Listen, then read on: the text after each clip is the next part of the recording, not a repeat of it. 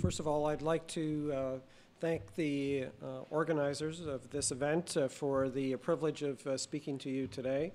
Also, it's a privilege for me as a newcomer to the province to have a chance to share the history of the province that we've heard so eloquently earlier this afternoon, and also to see there was a boomtown here in 1910, and there's also a boom here in 2011 with the developments that were coming. I'm going to share with you some of that today, particularly the introduction of PET-CT into the province. And first of all, I'd like to dispel for those of you in the audience of what a PET-CT isn't. As we move forward with this technology, it is not a CT scanner for your animals, but rather it is a new way of looking at the information that exists within the body. So it's a technique that allows us to image differences in physiological function between tissues. And that physiological function can be quite varied. It can be glucose metabolism, oxygen utilization, or blood flow. And this is a technique that has really become the gold standard tool for imaging assessment of cancer, but is increasingly being applied to other areas of imaging, both in the brain and heart and other areas of the body. So we're going to see that this is a technology that will be expanding in its application. So how does a PET-CT scanner work? Well, first of all, you start with a small injection of a radiopharmaceutical. Most commonly, this is a radiopharmaceutical that consists of glucose and some other material that emits energy within the body and is taken up differently by different tissues. So malignant tumor cells will take it up more actively than non-malignant cells or benign tissues.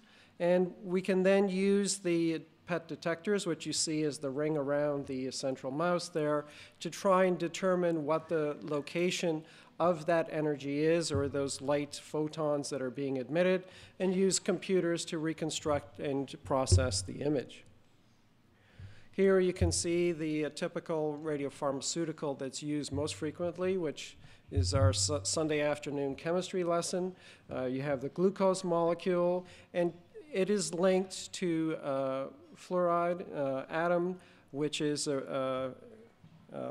emits positrons, and those positrons interact with electrons within the body to emit the energy that we can detect with the PET detectors. So you can imagine that in this Christmas time, this is a scene that you may see along the city here.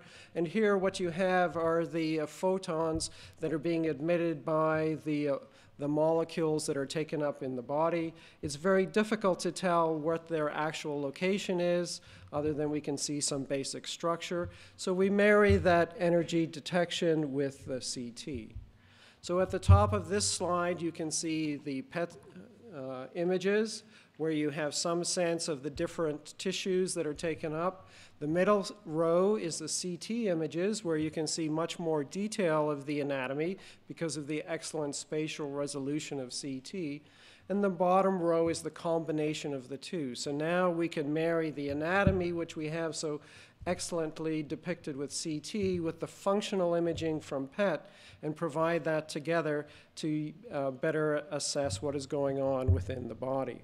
And here you can just see some variations as we change the various transparencies and look at how we can identify the tissues.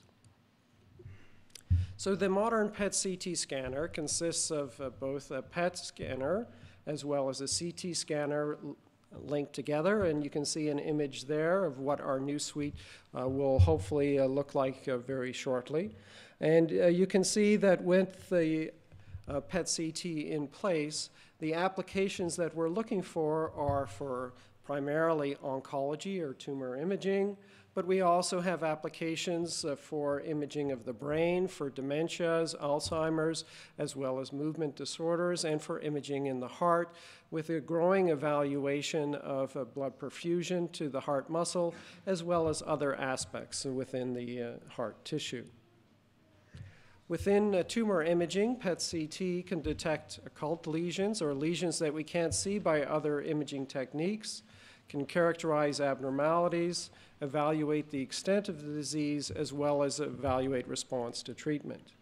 And here's just one example of a 47-year-old man who had an imaging study done for some trauma. They noted an abnormality there, and the question is this abnormality significant or not? And a PET-CT was done, and we can see that there's quite intense uptake within that on the PET scan. And on the PET-CT, there's a bright spot which suggests that this is indeed a malignancy within that lung nodule. Similarly, we can use the PET to evaluate the extent of disease. Here is another individual with lung cancer, and we can also identify this spot here, which was not seen on the CT scan without the use of PET, but quite readily seen with the use of PET-CT.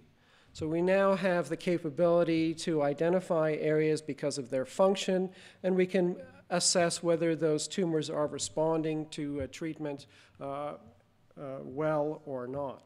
So the clinical impact is more accurate diagnosis. We avoid unnecessary tests and hopefully potentially harmful procedures, and offer better treatment and management to the patient. And here you can see a list of the tumors that PET-CT has been applied to, and indeed this is just a small set of the tumors where it can be successfully used. So why develop a PET-CT facility in Saskatchewan? Well, the half-life of the radiopharmaceuticals is very short, and we can't always bring them in from outside of the other parts of the province. So we need to develop them here, and we need to provide treatment to our patients who indeed live here and expect to have their medical care here. So here you can see the provincial PET-CT program that's being set up.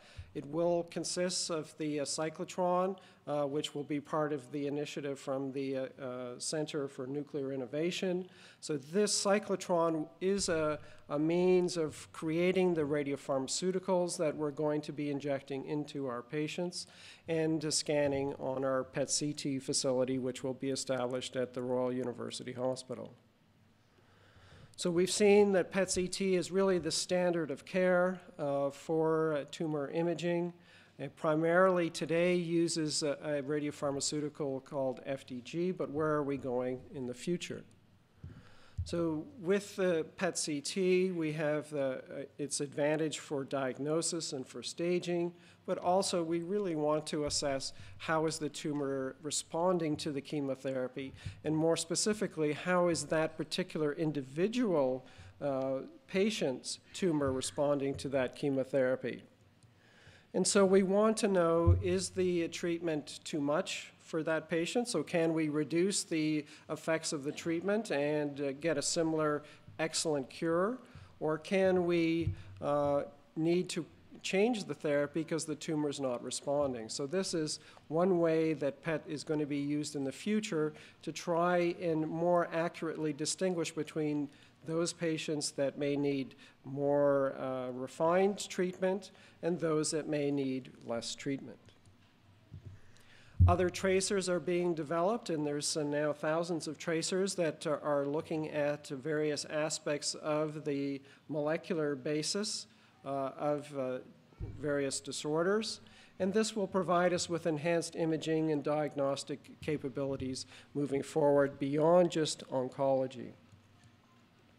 So our opportunity consists of improved clinical care and clinical research, and we've seen the wonders that can come from the combination of medical physicists and multiple disciplines working together for the improvement of patients.